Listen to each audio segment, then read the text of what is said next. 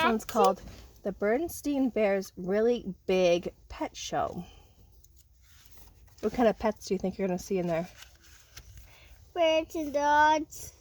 Okay, we'll see. The bear family loved their pets, and they looked very good, and they took very good care of them. They took their dog, Little Lady, for walks every day.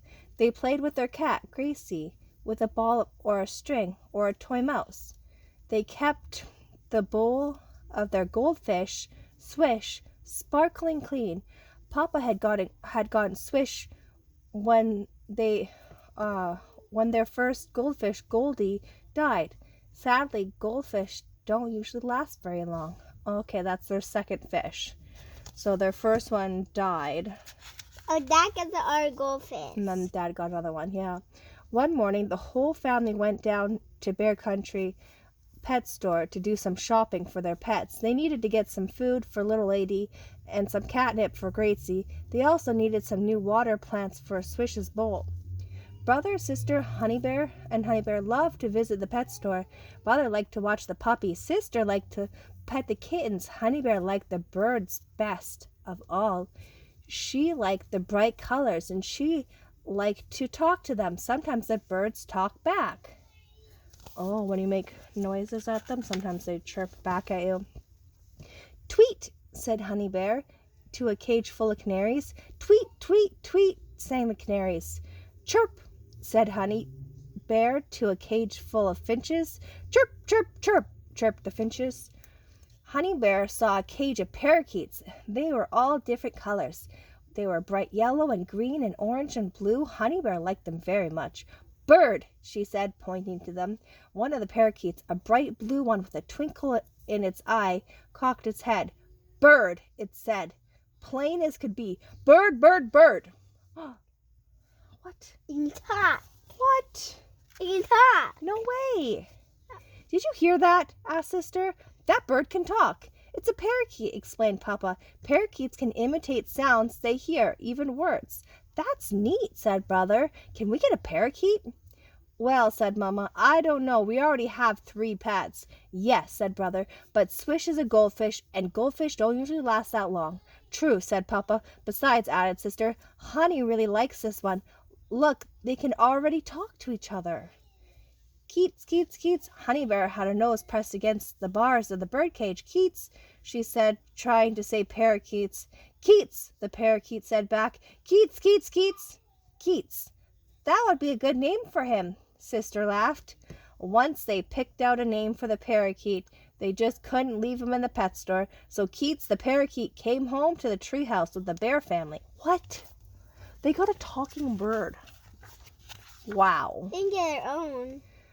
Keats was easy to take care of. They fed him birdseed every day and gave him water, and they cleaned his cage, and once a day they let him out to fly around for exercise. When they let him out, his favorite place to go was on the top of Bear's head. Keats liked to sit up there nibbling at Papa's fur while he read the evening newspaper. Hey, said Papa, that tickles. After he was out for a while, Keats flew back to his cage to get a special treat, a piece of fruit. Oh, cool. I thought birds not I eat guess food. those kind of birds sometimes eat fruit as maybe a treat. You know, said Papa one evening, looking all around at their pets, this place is getting to be a regular pet show. A pet show, said Mama to herself. Mama was the chair of the Beartown Festival Committee. The Beartown Festival was a big street fair that held every year in Beartown Square. The committee was looking for something to do at the festival that would be fun for cubs. A pet show seemed like a pretty good idea. A few days later, Mama came home from a meeting at Beartown Festival Committee.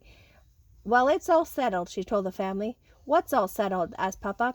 The pet show, said Mama. There's going to be a big pet show at the Beartown Festival this year.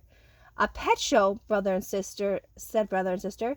Can we enter Little Lady, Gracie, Swish, and Keats? Of course, said Mama.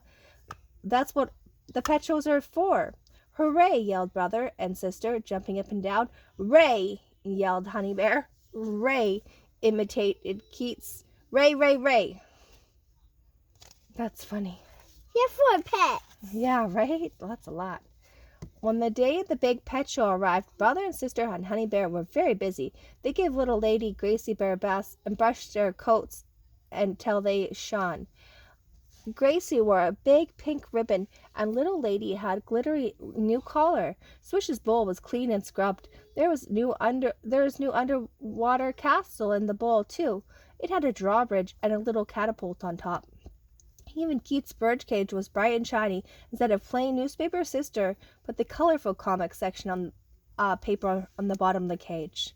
So newspapers, they have the comics. I think only on the weekends. I'm not too sure.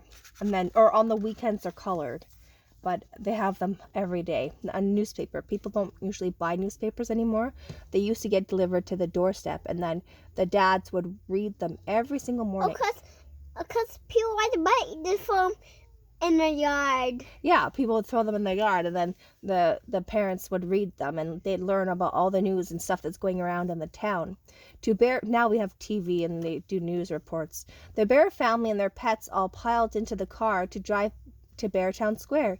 It was quite a scene. There were cubs with their pets from all over Bear Country. There were lots of dogs, big dogs and little dogs, shaggy dogs and fancy dogs, barky dogs and shy dogs. And goats. Oh my goodness. Goats are really bad. Good spot. I didn't see the goat. There were a lot of cats. Long-haired cats, scruffy cats, cats with kittens, cats with mittens, cats who purred, and cats who hissed. There were quite a few bunnies, hamsters, guinea pigs, gerbils, and mice too. Wow. They're so cute. The baby ones are so cute. Maybe we should go to the pet store and take a look. Keats was not the only bird by a long shot. There were dozens of parakeets, canaries, as well as bright-colored parrots, macaws, and cockatoos. There were plenty of fish to keep Swish company, along with other water creatures like turtles and frogs. Some cubs had unusual pets. Too Tall Grizzly brought his pet gardener snake, Slither. Barry Bruin even had a pet skunk. "Don't worry," he told everyone. "He's deodorized." "That's a relief," said Mayor Honeypot, who was a judge of the show. Deodorized means he can't. Odor is what they release. Their stink, and so what they did is they deodorized him so that he can't make a stink. That's how they keep safe in the wild.